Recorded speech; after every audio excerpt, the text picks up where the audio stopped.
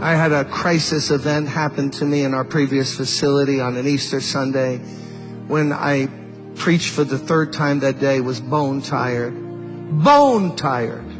Poured out myself. The singers, choir had done a cantata, and people had come to Christ. And I prayed, and I got through with the meeting. The other building had a platform with no steps.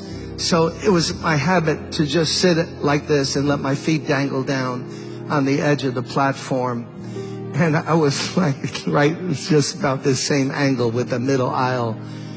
And I'm just saying, so tired. I remember taking my knot on my tie and loosening it and saying, you know what, I'm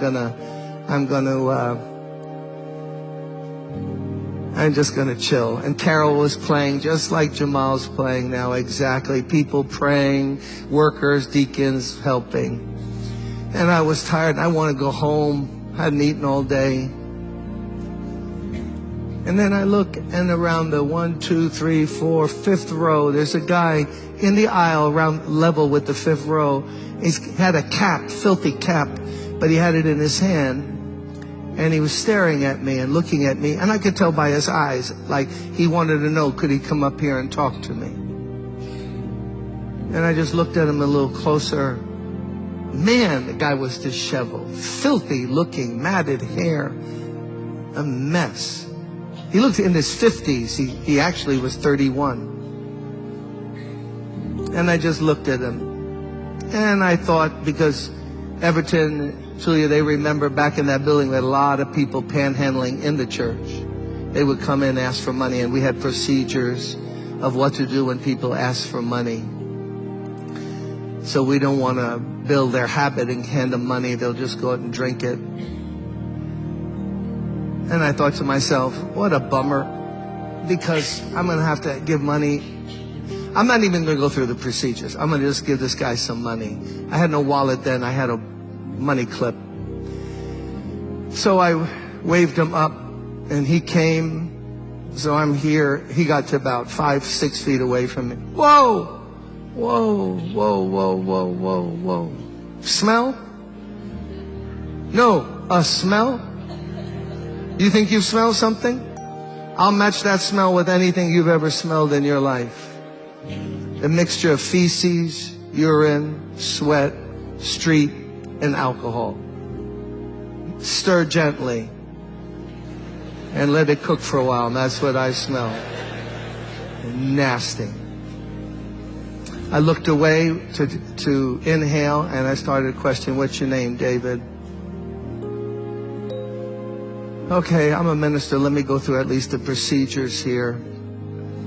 So, man, you look bad. I didn't know he was laying in his own urine right outside the side door on Park Place in that building. And he heard the music, and it drew him in. He was just sprawled laying out there. So he's there. Oh, Lord. Where'd you sleep last night? Deserted truck. How come you're not in a shelter? Too dangerous. Almost got killed the last one I was in. Okay.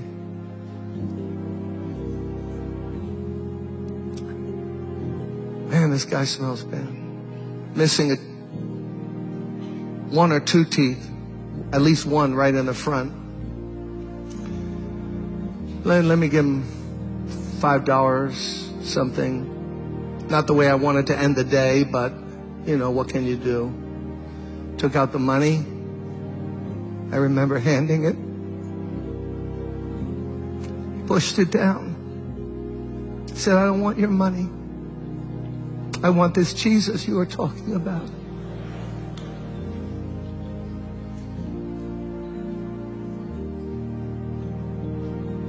And at that moment, I forgot all about David, because I knew who was really in need of prayer. It was Jim Cimbala. It wasn't David. So I forgot him. I lifted my hands, like I'm going to ask you to do in a moment. And I just said, God, please forgive me. What have I become? What kind of cheap two-bit preacher have I become? You sent somebody who's searching for you, and I want to give them a few dollars and get rid of them. Please help me. And God, that moment, baptized me with a love, with something, with grace. He saw how pitiful I was. And David knew it. And he drew close to me. And I started to cry. And he started to cry. And then he fell against me. And he put his head over here. And I put my arms around him. And he put his arms around me. And for a while we just rocked back and forth. A preacher in need of God. A guy from the street in need of God. I'm not sure who was needier. Might have been me. You know what God spoke to me that moment? And this is not trendy at all. Those of you who want to go to like church growth institutes, this is not what this church is about. God spoke to me and said, you see that smell? If you don't love that smell, I can never use you. Because the whole world smells that way to me.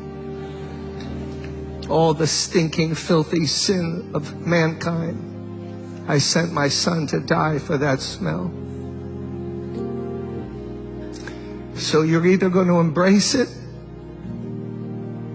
and love people in my name, or I can't use you. I'll put you on the shelf. And if God is my witness, you can believe it or not, suddenly that smell became like the most beautiful lady's perfume you ever smelled in your life. It was just overwhelmed me.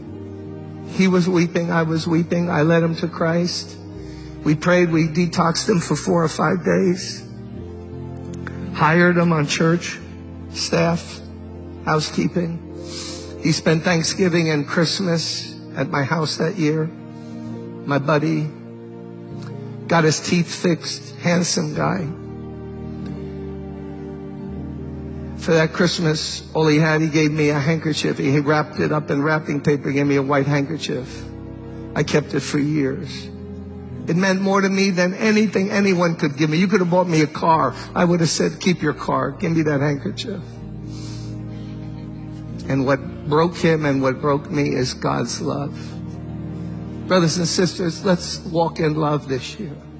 Let's think about other people. Let's love other people. If they're different than us, think different than us, look different than us, smell different than us. I didn't grow up around that smell. I was blessed, fortunate, middle class, Polish, Ukrainian, middle class home. That wasn't my world. But it's God's world. And He wants to use all of us.